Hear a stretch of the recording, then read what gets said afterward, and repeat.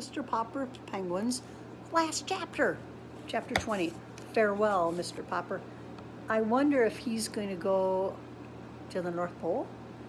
But what about Mrs. Popper and Janie and Bill? Let's find out. It was a hard decision to make.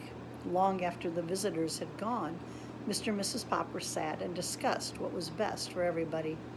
Mrs. Popper could see the advantage of both offers, and she pointed these out without trying to influence him. I feel that the penguins are really your responsibility, she said.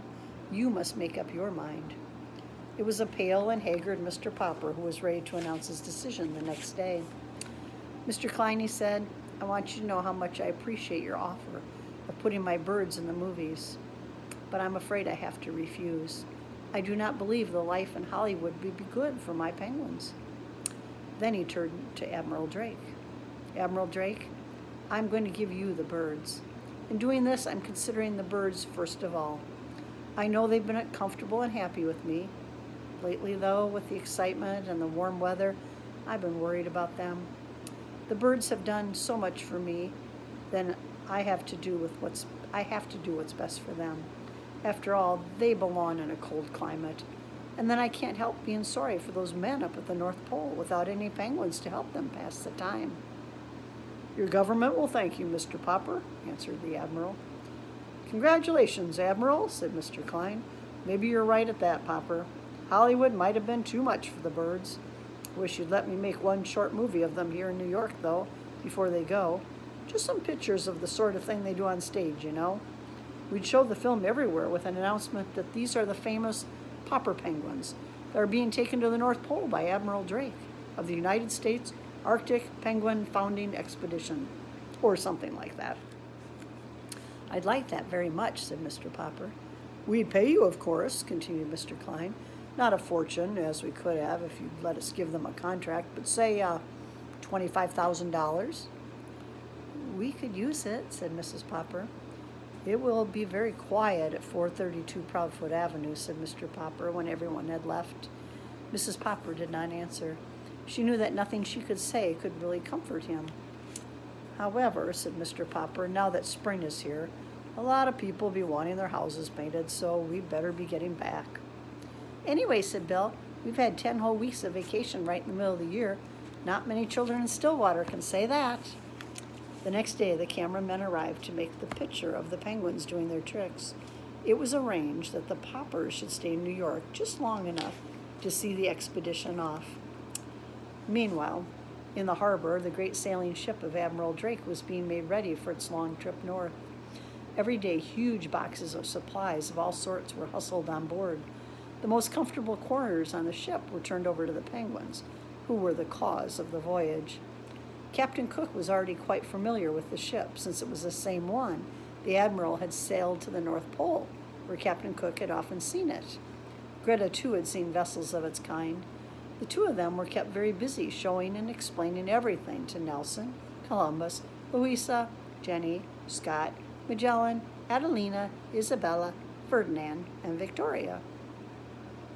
The two sailors took the greatest delight in watching the curious little birds at their exploration. Here they are getting ready to leave the motel. It looks as if it'll be a pretty lively trip, they would say. Those Popper penguins certainly live up to their reputation. But at last everything was ready, and the day came when the Poppers were to go down and say goodbye. Bill and Janie ran all over the ship and did not want to leave when it was time to draw up the gangplank. The Admiral shook hands with them and Mrs. Popper, and thanked them for having helped to train the extraordinary penguins that were to be a real contribution to science. Mr. Popper had gone down below to say a private farewell to the birds. All that kept him from breaking down completely was the knowledge that what he was doing was best for them too. First, he said goodbye to all the younger penguins, then to Greta, who had saved Captain Cook. Then at last of all, he leaned over and said a special goodbye to Captain Cook, who had come and made life so different for Mr. Popper. Then he wiped his eyes, straightened his back, and went on up deck to say goodbye to Admiral Drake. Goodbye, Admiral Drake, he said. Goodbye, repeated the Admiral. Why? What do you mean? Aren't you coming with us? Me? Go to the North Pole? Why, of course, Mr. Popper.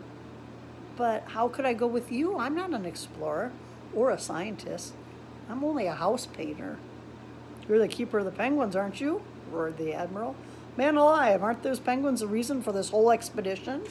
And who's going to see that they're well and happy if you're not along? Go put on one of those fur suits like the rest of us. We're pulling anchor in a minute. Mama, shouted Mr. Popper to Mrs. Popper, who had already gone up the gangplank. I'm going too. Admiral Drake says he needs me. Mama, do you mind if I don't come home for a year or two? Oh, as to that, said Mrs. Popper, I'll miss you very much, my dear, but we have money to live on for a few years. And in winter, it will be much easier to keep the house tidy without a man sitting around all day. I'll be getting back to Stillwater. Tomorrow's the day for the meeting of the Ladies' Aid and Missionary Society. I'll be just in time. So goodbye, my love. Good luck. Goodbye, good luck, echoed the children. And the penguins, hearing their voices, scuttled up on deck and stood there beside the Admiral and Mr. Popper. Then they solemnly lifted their flippers and waved, as the great ship moved slowly down the river toward the sea.